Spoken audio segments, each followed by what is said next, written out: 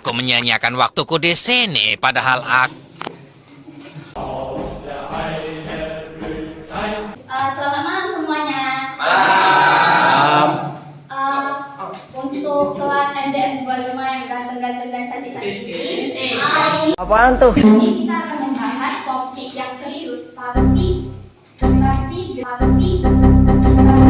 bahasa yang tidak terlalu serius. Jadi saya harap kalian semua dapat mengikuti presentasi ini dari awal sampai akhir. Mampu. Kami sudah berusaha semampu kami. Balik ke kelompok. Nah, jadi halo semuanya, kami dari kelompok 4. Perkenalkan, saya Karen sebagai moderator dari kelompok ini. Saya Rifani Janis.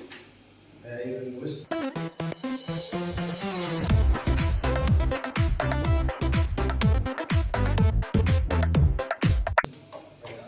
Wah, lihat itu.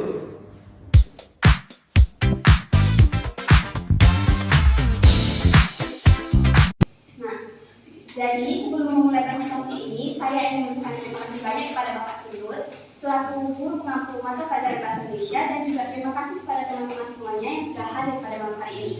Nah, langsung saja kita mulai presentasinya. Meanwhile... Tanda baca.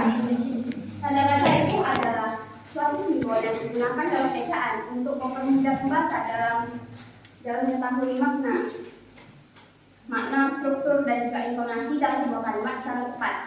Lalu, apa saja sih yang akan kita bahas pada malam hari ini? Tanda baca apa saja? Coba kalian hitung ada berapa tanda baca yang akan kita bahas pada malam hari ini. 1, 2, 3, 4, 5, 6, 7, 8, 9, 10. Sepeda satu, udah. Ya, benar sekali. Tepuk tangan. Kalau kau suka hati tepuk tangan.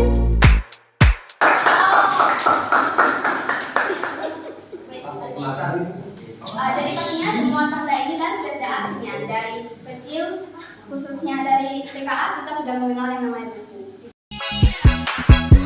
Setiap buku itu pasti mengandung tanda baca. Tapi yang paling sering kita jumpai itu pasti tanda titik, koma, tanda tanya, dan tanda seru. Ya, jadi langsung saja kita masuk ke materinya. Kita mulai dari Jackson. Yang pertama kita masuk ke tanda titik. Santai. Nanti itu dipakai untuk mengakhiri kalimat yang menyatakan pernyataan dan informasi yang lengkap. Contohnya ayat terkait setiap pagi akhir kalimat menggunakan titik. Terus yang contoh kedua itu aku sedang belajar bahasa Indonesia. Titik. Yang kedua tanda koma. Tanda koma berfungsi untuk memisahkan bagian-bagian kalimat yang maknanya lebih mudah dipahami. Contohnya ibu koma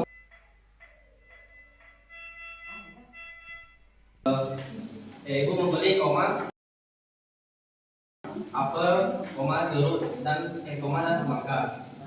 Yang kedua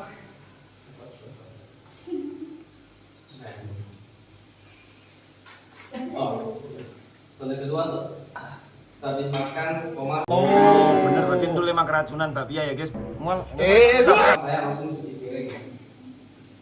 Yang ketiga tanda tanya. Jadi kenapa nih, Pak? Udah panas proyeknya Pak. Aku bukan panas, Wak. Capek aku dengar kau cakap, Wak. Error dipakai di akhir kalimat. Banyak yang membutuhkan. Diam.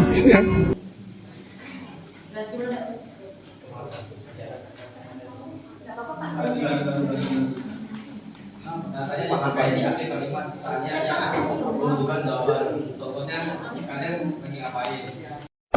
Kami lagi ngapain? Dan kalian sudah makan belum? Menggunakan tanda tanya. Sekian malam. Lalu lanjut ke rekan. Selanjutnya adalah tanda koma dan Sopan.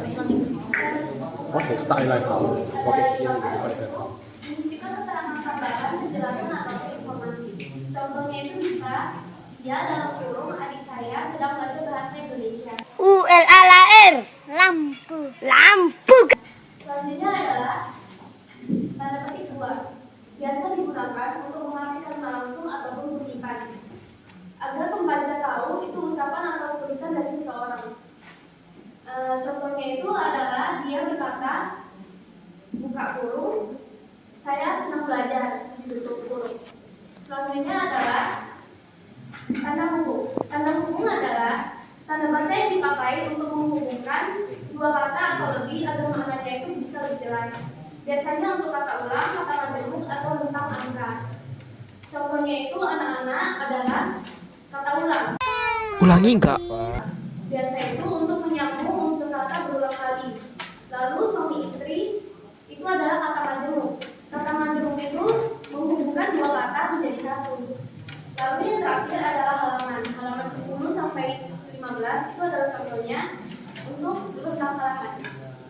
Ya, terima kasih banyak ini untuk penjelasannya. Kita lanjut ke materi dulu. Seru bagiannya adalah baca yang diletakkan pada akhir kalimat untuk menunjukkan perintah, seruan, atau yang usia kuat seperti kaget, tidak percaya, atau gembira. Senpai.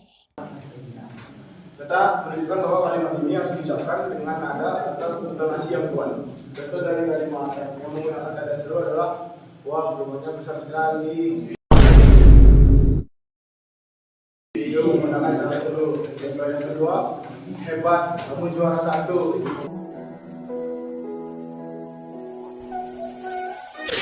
Menggunakan tanda seru.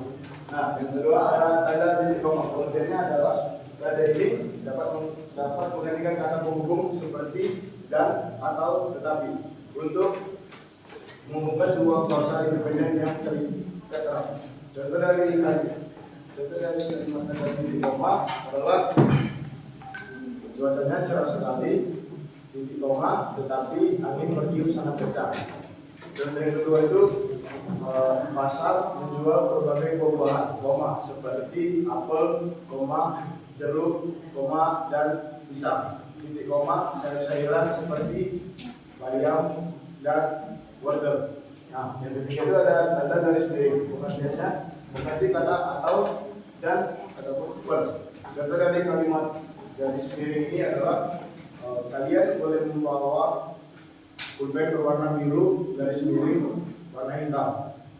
Yang kedua itu adalah mobil itu melaju dengan kecepatan 80 per jam. Terima kasih. Oke, terima kasih untuk penjelasannya. Nah, untuk materi yang terakhir akan saya jelaskan sendiri, yaitu tanda petik tunggal. Pengertian tanda petik tunggal ini berfungsi untuk mengatur suatu petikan yang terdapat dalam petikan lain.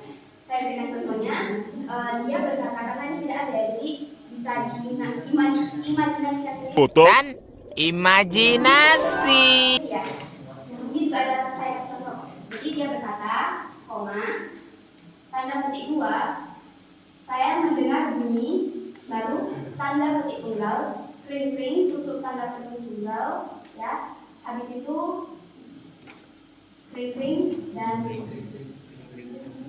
benar ya, saya lupa kalimatnya. Benar. Habis itu tanda tanya, tanda petik 2. Nah, dari contoh kalimat saya tadi, yang mana yang menjadi petikan lain di dalam petikan itu? Apakah kalian tahu? Bukan. Jadi nyaman. Yang menjadi petikan lain di dalam petikan tunggal ini. Bukan. Oke, saya kasih tahu aja ya. Jadi yang jadi petikan lain itu di dalam tanda petik tunggal ini adalah tanda petik 2. Itu kan tadi kalimat langsung. Untuk menjelaskan kalimat langsung di dalam itu terdapat tanda petik satu lagi tunggal untuk menjelaskan kering-keringnya. Nah, lalu tanda petik tunggal itu juga berfungsi untuk menjelaskan makna atau ungkapan kata yang bersifat asing. Nah, contohnya itu lari 1000. Nah, lari 1000 di sini kita buat tanda petik tunggal, itu artinya berlari terpontang-panting. Nah, itu saja materinya. Nah, jadi kesimpulannya, tanda baca itu bukan hanya sebuah tata bahasa, tetapi juga alat penting untuk kejelasan dan kejelasan dan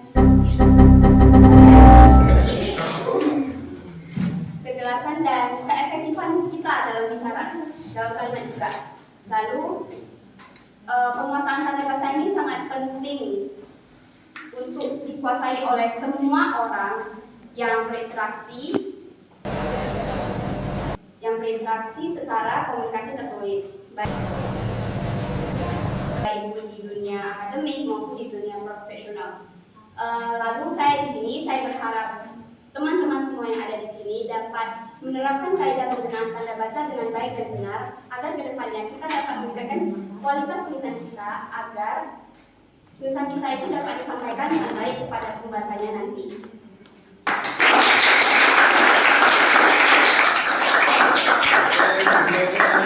Pertanyaan pertama adalah tentang konten, adalah tentang kritisi karya mereka. Oke, silakan. Boleh siapa saja bertanya?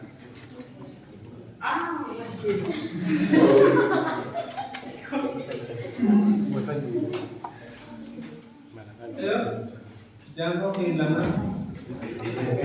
kehilangan skor. Ini kamu tanya saja, bertanya.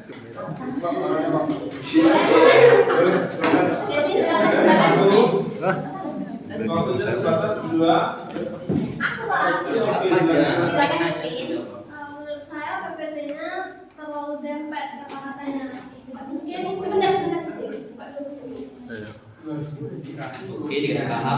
Kritis ini.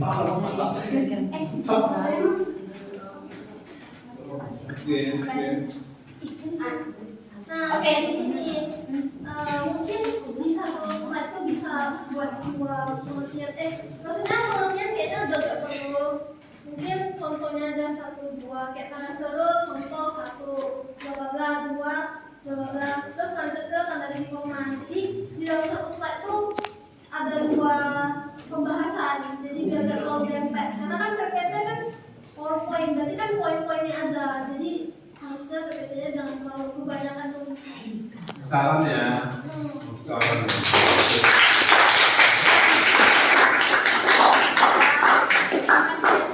Atas pendapatnya, itu akan menjadi sebuah feedback yang baik dan kami akan memperbaiki kesalahannya lebih baik lagi untuk presentasi berikutnya.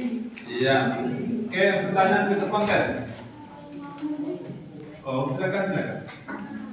PPT-nya unik, nggak mau bosan-bosanin, terus cara kalian mempresentasikan juga bagus, mudah dipahami.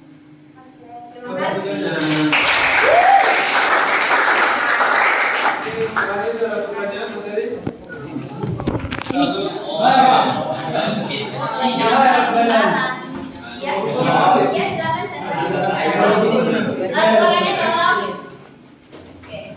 Jadi saya nggak pernah ngerti perbedaan tanda koma sama titik koma itu apa sebenarnya? Ini boleh, karena ini penggunaan HP gue 25%, saya boleh set up ya supaya kasih jawaban yang paling Oke. Bentar ya.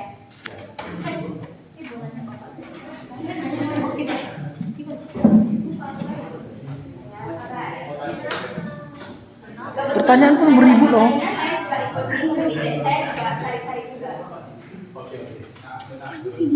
Iya. Kayak gitu. Namanya video. Kita sebentar lagi hanya belum pada kita.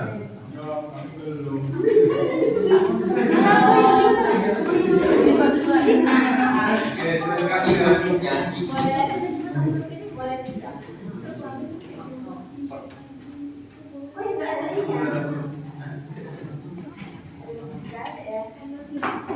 Jadi tanda perbedaan antara tanda koma dan titik koma itu, kalau tanda koma itu kan untuk memisahkan berbagai variabel supaya lebih jelas dan tahu apa saja yang dibeli. Kalau kita bilang kita beli mangga, jeruk, misalnya mangga udang, mangga apa semuanya lah ya, kita ada tanda koma itu kan ya. Kalau kita buat nah itu pengertian koma. Kalau pengertian tanda titik koma itu dia kayak tanda titik koma itu bisa diganti menjadi tetapi. Di sini ya, bisa tanda titik koma itu bisa diganti menjadi dan, tetapi, atau maupun karena, jadi, dan namun. Nah, jadi saya bisa kasih contohnya sih. Contohnya saya makan malam, koma, dan saya pergi ke bioskop. Nah, kalau pakai tanda titik koma menjadi saya makan malam koma, saya pergi ke bioskop. Jadi yang beda itu dan yang hilang. Jadi Jadi kalau ganti. nggak pakai titik koma, nggak usah pakai kata hubungnya lagi. Ya benar. Oke, saya tahu. Terima kasih. Oke, mulai berapa lagi ya?